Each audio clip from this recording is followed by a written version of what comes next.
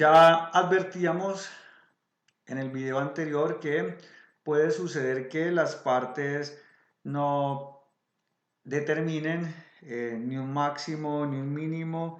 Entonces, pues la norma enseña que pues debe dejar o se determina que se hará de acuerdo a la o corresponderá a la cuantía al ordinario consumo o a las normales necesidades del consumidor.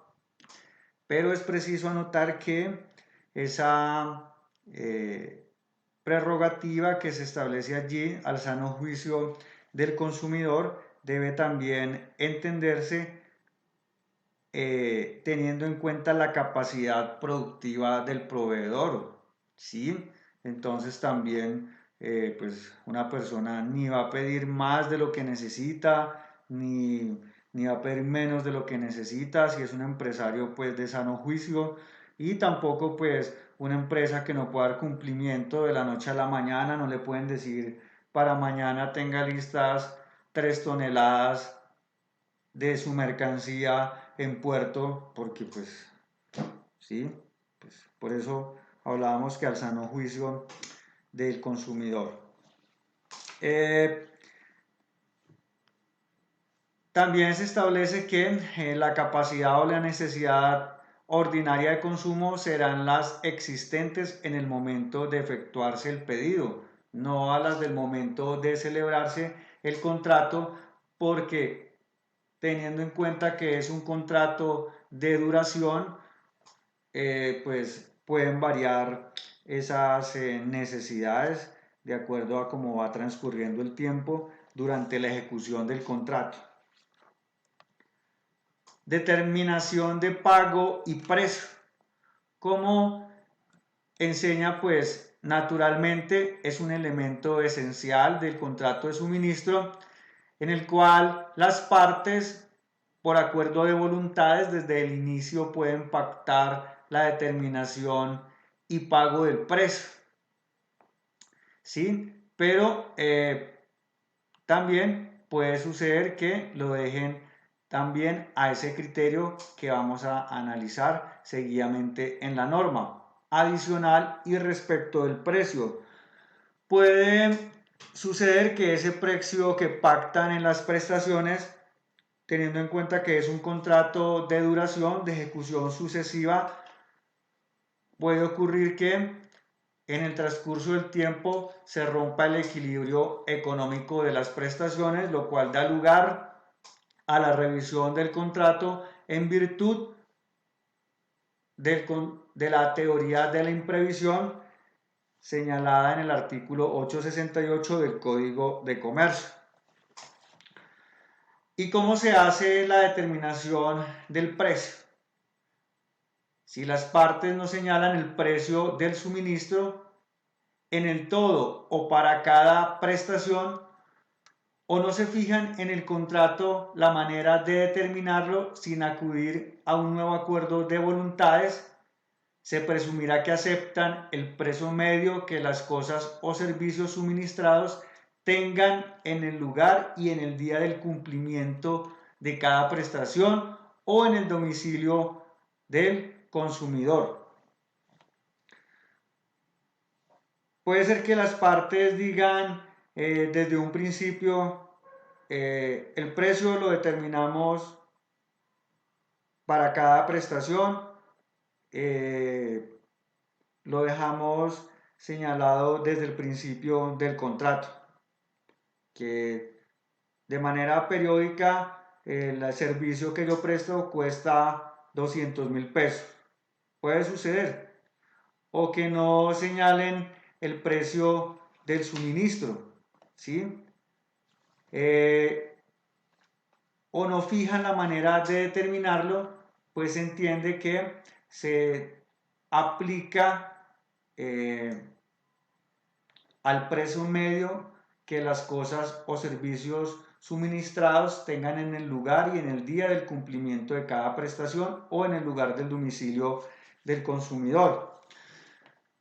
Es bueno aquí poner el siguiente ejemplo. Entonces sucede que una empresa suministra una unos frutos a un restaurante, unas verduras, y pues celebra un contrato de suministro con un operador, con un fruver, y pues en la entrega del mes de febrero tenía un precio que pues lo establecieron de acuerdo, por ejemplo, como ustedes lo pueden apreciar. Un ejemplo práctico sería que el precio varió porque en Corabastos subieron los precios, o el precio de la cebolla subió, entonces el precio del mango, el precio de otras materias primas subió en el mercado, entonces la misma cantidad que habían pactado mensualmente puede costar en febrero un precio y pueden en marzo costar otro precio. Y pues aquí se debe entender que si las partes señalan precio para una prestación, se presumirá que se convienen igual precio para las demás de la misma especie, ¿sí? Y hay que tener en cuenta pues los aspectos y las variables que acabamos de mencionar. El pago del precio. Si el suministro es de carácter periódico y el precio correspondiente deberá deberá pagarse con cada prestación y en proporción a la cuantía, y deberá pagarse en el acto, salvo acuerdo contrario en las partes. Es decir, lo que se llama contraentrega. Yo le entrego a usted la mercancía y usted me la paga mensualmente, pues dejamos unos máximos y unos mínimos de acuerdo pues a las necesidades que tenga en esos rangos el consumidor. Entonces mensualmente yo le entrego y usted me paga. Si el suministro es continuo, pues deberá pagarse de conformidad con la costumbre. Si las partes no acuerdan sobre el particular, el suministro diario se tendrá por continuo. Entonces, ustedes ya saben que, por ejemplo, en esos contratos, por ejemplo, de servicios públicos, pues ya se tiene determinada en esta prestación de estos servicios que son continuos, cómo es el pago mensual de ese tipo de servicios.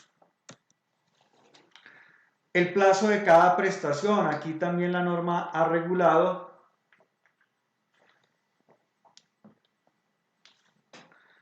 cómo se debe atender el plazo de cada prestación. Y pues lo normal es que las partes pacten por acuerdo de voluntades cuál es el plazo que fijarán para cada prestación, ¿sí? Lo cual no podrá ser variado de manera unilateral. Puede suceder que la facultad para el cumplimiento de cada prestación se deje a facultad de una de las partes, ¿sí? Entonces, en este caso, pues es normal que cuando se deje a una de las partes el señalamiento de la época en cada prestación, debe efectuarse, se entenderá que debe darle preaviso antes del cumplimiento de la prestación. Y como se trata del cumplimiento de la prestación, ¿cierto? Si hubiese alguna diferencia en cuanto al plazo para el cumplimiento, la norma enseña que pues se tramitará por el proceso verbal y se podrá pues a la intervención de peritos para efectos de resolver la diferencia en cuanto al plazo de las prestaciones, para el cumplimiento de las prestaciones.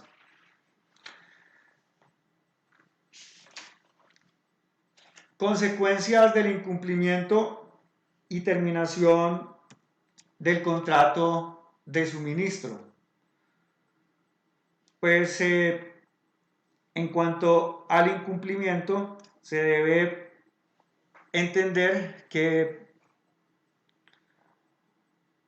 para que se genere un incumplimiento dentro de este contrato, tiene que ser capaz de mermar la confianza en el otro extremo contractual para dar continuidad al suministro.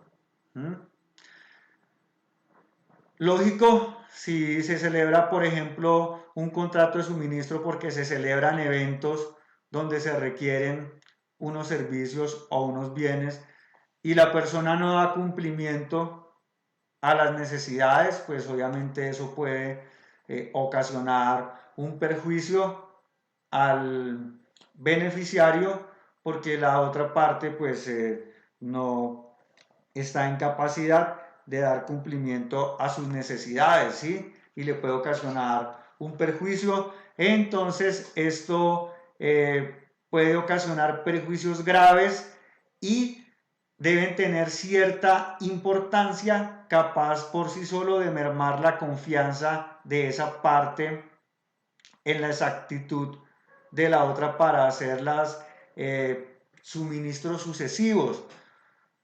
Entonces, puede la ley otorgarle aquí, si ustedes lo revisan bien, se le entrega una facultad, se le entrega un derecho a cualquiera de las partes para dar por terminado de manera unilateral el contrato, ¿sí? Pero pues establece unos requisitos para ese incumplimiento y terminación, digamos, unilateral, ¿sí? Otorga esa facultad de terminar por incumplimiento, pero cuando tenga cierta importancia, cuando sea capaz de mermar la confianza de la otra parte en el contrato. Y además, un ejemplo sería, es que el proveedor entró en estado de insolvencia y no tiene plata para seguir produciendo. Y si yo sigo en ese contrato, pues mi producción empresarial, pues yo ya no voy a contar con esa materia prima porque el señor entró en estado de insolvencia y se va a liquidar esa empresa. Eso sería algo capaz de mermar la confianza para continuar en el contrato.